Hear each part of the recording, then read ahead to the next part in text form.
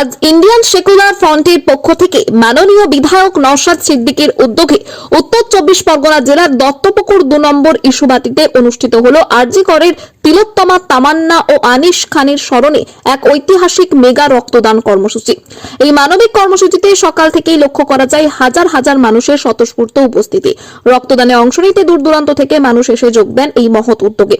অনুষ্ঠানে উপস্থিত ছিলেন আইএসএফ এর বিধায়ক নওশাদ সিদ্দিকী। তিনি তার বক্তব্যে বলেন, এক ফোঁটা রক্তই পারে একজন মানুষের জীবন ফিরিয়ে দিতে। রক্ত নিতে গিয়ে কেউ ডাকে না জাত, ধর্ম বা পরিচয়। রক্তের কোনো ধর্ম হয় না, রক্ত মানেই জীবন। এই রক্তদান শিবিরের মাধ্যমে শুধু রক্ত সংগ্রহ নয়, সমাজের সামনে একটি শক্তিশালী বার্তাও তুলে ধরা হয়েছে। মানবতাই সবচেয়ে বড় পরিচয়। এই কর্মসূচিকে সফল করতে নতুন আইএসএফ এর কর্মী ও স্বেচ্ছাসেবকরা নিরলসভাবে কাজ করেন।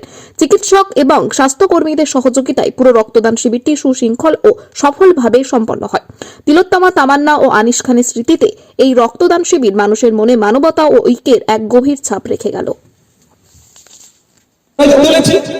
ভয় পাওয়ার দরকার নাই। আমি আপনাদের জানিয়ে দিই, আমাদের বড় ভাইজান দলের প্রতিষ্ঠাতা একটা কথা আমাকে বলে দিয়েছে যে যদি একজন ভোটারের নাম বাদ যায়, মানে আর্টিকেল 326 ধারাকে ভায়োলেট করা হবে, তার জন্য সুপ্রিম কোর্টে মামলা করার নির্দেশ আমাকে দিয়েছে। আপনারা চিন্তা করবেন না।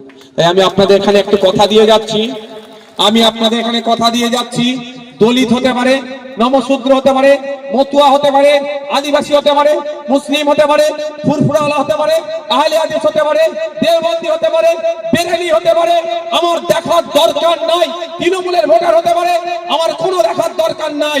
কোন বৈধ ভোটারের নাম যদি বাদ যায়, তার পাশে কেউ থাকুক আর নাই থাকুক, তার পাশে খামচিহ্ন থাকবে। নওশাদ সিদ্দিকীরা থাকবে, বিশ্বজিৎ মাইতিরা থাকবে, জামিল ভাইরা থাকবে, রাকেশরা থাকবে। এটা মাথায় রাখুন। আমি নির্দ্বিধায় দায়িত্বহীন ভাষায় বলে যাচ্ছি, কার সাথে কার মাসলাকি মতামত থাকবে ওটা নিয়ে ব্যাপার নয়। কে হাদিস, কে ফুরফুরা, কে বেরেলি আমার দেখার প্রয়োজন নেই।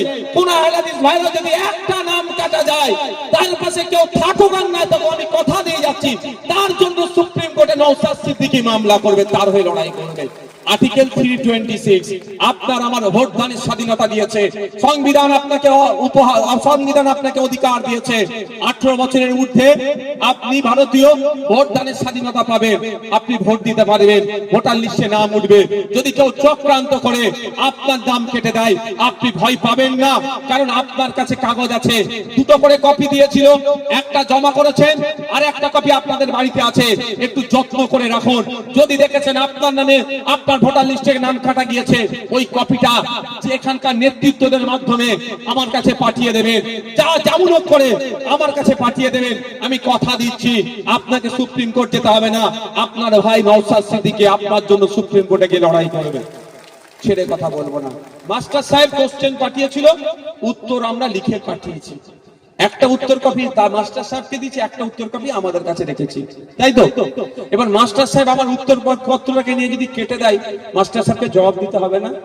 মাস্টার সাহেব যদি আমার সাথে অন্যায় করে, মাঠে ময়দানে গণতান্ত্রিক প্রক্রিয়ায় মাস্টার সাহেবের জবাব দেব, আর আইনের মাধ্যমে, ছেড়ে কথা বলবো না, আইনের মাধ্যমে বুঝিয়ে দেবো।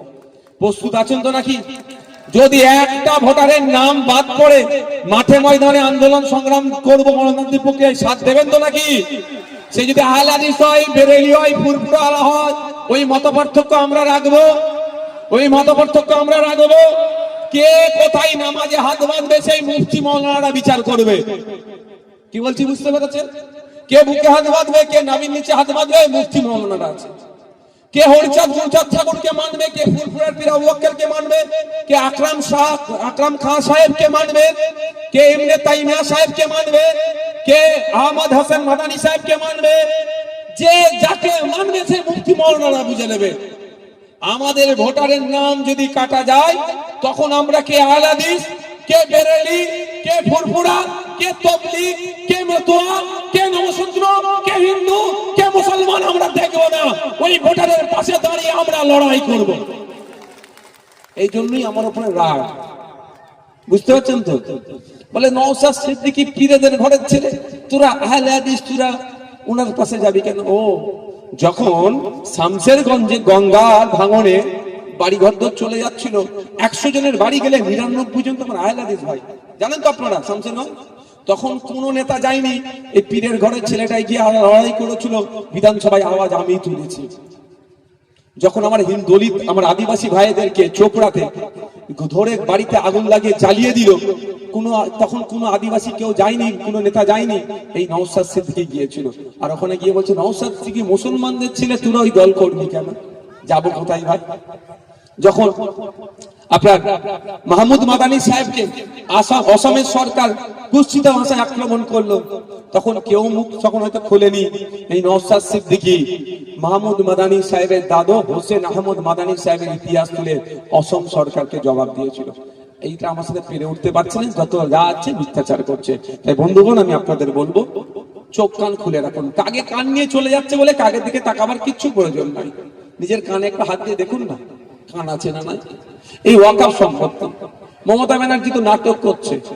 মমতা ব্যানার্জি সুকৌশলে বিজেপিকে এই ওয়াকফ সম্পত্তি দখলের জায়গা করে দিচ্ছে। এবার আপনাকে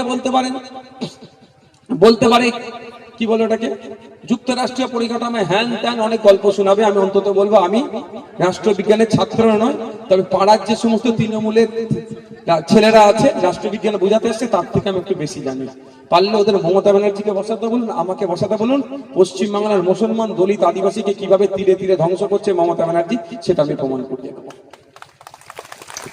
ওয়াকফ মাদ্রাসা, মসজিদ, ঈদগাহ, খানকা যাই বলুন না কেন, সেই জায়গা লুট করতে চাইছে বিজেপি। মমতা ব্যানার্জি তাকে সুযোগ দিচ্ছে। আমি সুযোগ এই জন্যই বলছি, উনি বলেছিলেন যে আমাদের রাজ্যে আইনকে বাস্তবায়ন হতে দেব না, লাগু হতে দেব না। হঠাৎ তিনি 27শে নভেম্বর তিনি ঘোষণা করলেন, সব আপলোড করুন উমিদ পোর্টালে, মানে আইনটাকে তিনি মেনে নিলেন।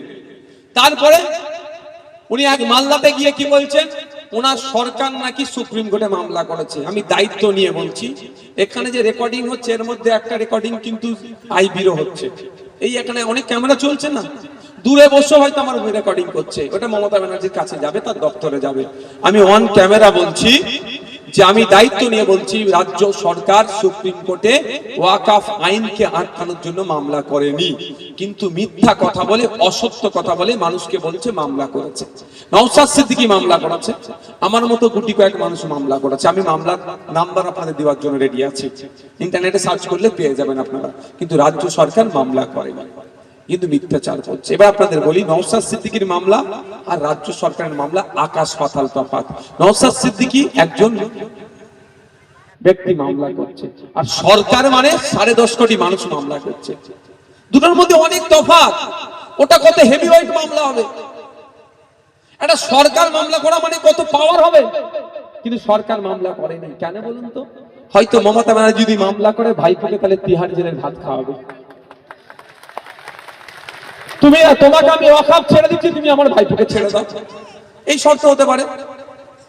তোমাকে আমি ওয়াকফের মাদ্রাসা, মসজিদ, ঈদগাহ, কবরস্থানের জায়গা ছেড়ে দিচ্ছি, তুমি আমাকে আমার ভাইপোকে ছেড়ে দাও। তাহলে উনি উনার ভাইপোর জন্য আমার মাদ্রাসা, মসজিদ, ঈদগাহ, কবরস্থানের জায়গা ছেড়ে দিচ্ছে। আমাদেরকে আমাদের ভাইপোর জন্য একটু ভাবতে হবে না? তাই সময় এসেছে আমাদেরকে আমাদের ভাইপোর জন্য ভাবতে হবে। অন্যের ভাইপোর কথা এতদিন আমরা ভেবেছি, আমাদের কথা কেউ ভাবেনি। তাই এবার আমরা সময় এসেছে, 2026-এ নির্বাচন আসছে, আমরা আমাদের ভাইয়ের কথা বলবো।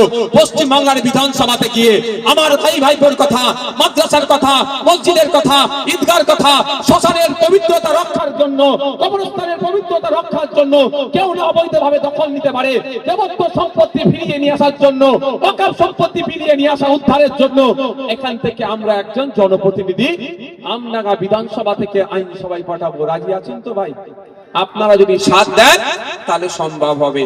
এইটাই যখনই বলি, তৃণমূল আমাদের সাথে পেরে উঠতে পারে না। একটাই কথা বলে, ভোট কেটে নাকি আমরা বিজেপির সুবিধা করছি, বিজেপি নাকি আমাদেরকে টাকা দিয়েছে। চলো, বিজেপি টাকা দিয়েছে, কেউ প্রমাণ নেই তো, প্রমাণ করতে পারবে না। আমার নামে এক নেতা বলেছিল, মামলা দিয়ে দিয়েছি, ওকে আইনের মাধ্যমে ধরে 29শে ডিসেম্বর কোর্টে আসতে হবে, নাহলে ওর পরবর্তী কি পদক্ষেপ হবে সেটা আপনারা দেখবেন।